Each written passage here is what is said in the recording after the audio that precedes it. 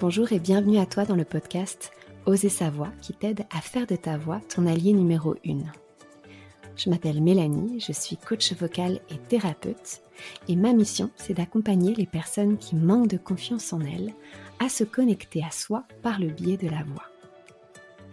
Ici, je te partagerai toutes mes connaissances autour de la voix, que ce soit de la technique vocale, mais tu comprendras qu'à mes yeux, la voix, c'est beaucoup plus profond que de la technique vocale, ça touche à l'être. Donc tu pourras entendre tous mes conseils, toutes mes introspections autour de la voix et tout ce que j'ai pu apprendre jusqu'à maintenant sur mon chemin. Ensemble, je nous souhaite de conscientiser un peu plus chaque jour qui nous sommes. Éveillons ensemble notre plein potentiel. Incarnons notre essence et prenons notre place, vocalement et physiquement parlant. Ensemble, transformons-nous. Allez, c'est parti. Je suis ravie de te retrouver dans le podcast d'aujourd'hui où on va justement parler de comment on peut rendre notre voix parlée plus impactante.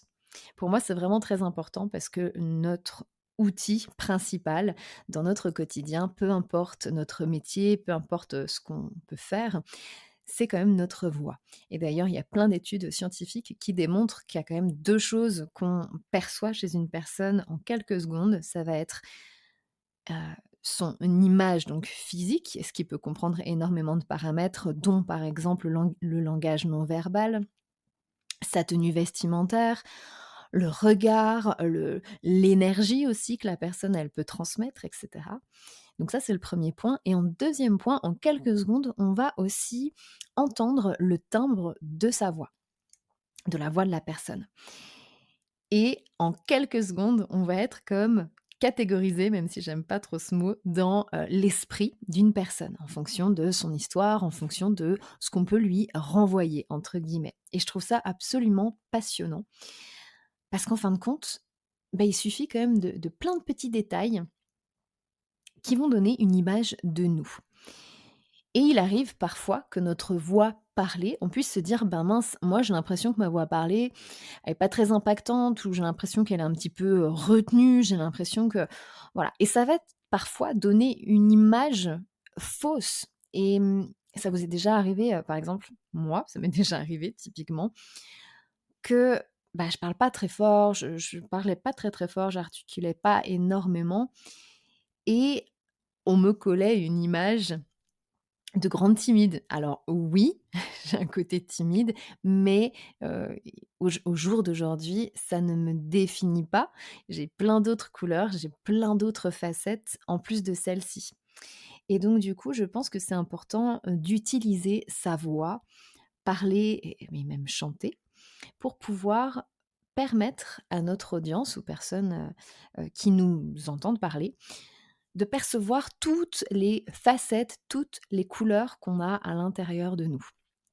Et pour ça, le premier point, c'est de toujours être à l'écoute de ce que vous mettez comme intention dans votre voix. On va pouvoir dire le même mot et je trouve ça absolument génial, c'est que je peux dire le même mot, sauf que mon intonation, l'intention que je vais mettre derrière ce mot, eh bien, il va être perçu d'une manière complètement différente par la personne. C'est-à-dire que si je prends le mot bonjour, je peux très bien faire un bonjour, bonjour, bonjour, bonjour, bonjour. J'ai fait exprès d'utiliser le même mot pour mettre différentes intonations derrière. Et réécoutez-le si vous le souhaitez, mais en général, on ne reçoit pas le même message en fonction de l'intonation et en fonction de l'intention qu'on y a mis derrière. Et pour moi, c'est un des plus gros pouvoirs que l'on a dans notre voix, c'est qu'on a le contrôle de pouvoir mettre l'intonation et l'intention que l'on souhaite derrière nos phrases, derrière nos discours, derrière nos communications. Donc soyez à l'écoute chez vous, vous pouvez même, prendre un petit carnet, un petit stylo et de pouvoir noter quelles sont les intonations, quelles sont les intentions que vous mettez derrière vos discussions. Typiquement, vous pouvez repenser à une discussion en particulier, au travail, à la maison, peu importe, et vous dire, bah tiens, quand j'ai parlé de ça, il y avait quoi derrière? J'ai mis quoi comme énergie? J'ai mis quoi comme intention? Et ça va vous donner vraiment des vraies clés pour pouvoir reprendre, hem, retrouver ou reprendre une voix qui va être beaucoup plus impactante. Dès que vous allez mettre plus de conscience sur qu'est-ce que j'ai mis derrière ma voix, tout de suite vous allez pouvoir vous dire: «Ah bah tiens, là, il m'a manqué ça» ou «Là, j'ai pas mis assez de ça» ou «Là, j'ai mis trop de ça» et vous allez pouvoir calibrer pour trouver le bon équilibre pour vous-même. Et en général, quand on sait ce qu'on met derrière notre voix, quand on sait l'intonation qu'on y met, automatiquement, on va avoir une voix qui va être impactante. Donc ça, c'est vraiment le premier point pour moi, c'est remettre de la lumière sur le pouvoir qu'on a, chacun et chacune, dans notre voix.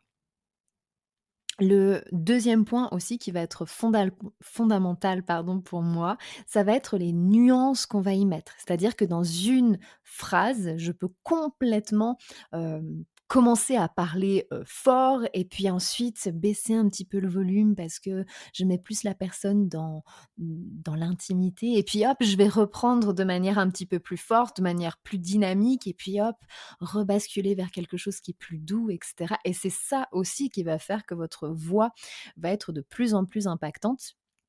Ça va être le fait que je mets de l'intention dans ce que je dis et je mets de la nuance et là, du coup, on a quelque chose qui est absolument, vivant et ça change tout. Le troisième point aussi, ça va être de vous assurer que votre mâchoire, que votre bouche puisse vraiment, bouger. Mettez du sourire, mettez de l'expression, mettez de l'articulation et pour ça, vous pouvez vous entraîner devant, par exemple, un miroir. Regardez-vous en train de parler et assurez-vous vraiment que vos mâchoires font le travail. Il faut que votre bouche, que vos lèvres puissent vraiment bouger quand vous parlez. Et dans certains cas, on se rend compte que notre bouche et que nos lèvres, eh bien, elles bougent quasiment pas. Et normalement, même derrière le micro, sans image, vous devriez vraiment comprendre ressentir en tout cas ce que je suis en train de dire, parce que je vais le faire. Donc, c'est comme si là, par exemple, je suis en train de parler et là, il ne se passe absolument rien au niveau de ma bouche.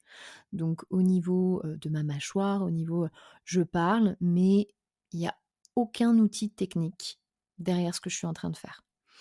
Ça peut donner une voix qui peut être un peu peut-être monotone, qui peut être un petit peu voilà, on comprend ce que je dis, mais on aimerait que ce soit peut-être un petit peu plus impactant, on aimerait que ce soit un petit peu plus projeté au niveau de ma voix, et cetera, et cetera. Voilà.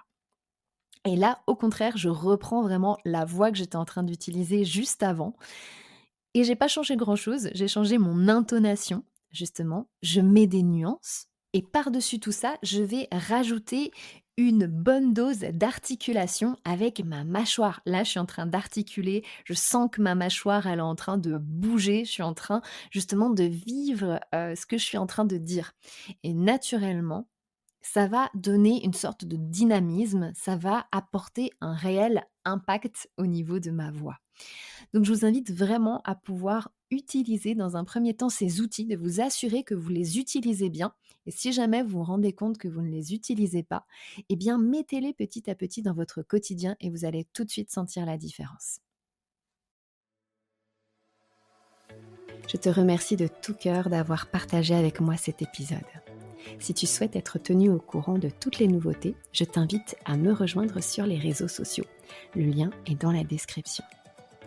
Si tu as apprécié ce que tu as entendu et que tu souhaites le partager autour de toi, c'est avec joie que je t'invite à le faire. Tu peux également noter et commenter l'épisode si le cœur t'en dit. Car si le podcast évolue, c'est surtout grâce à toi.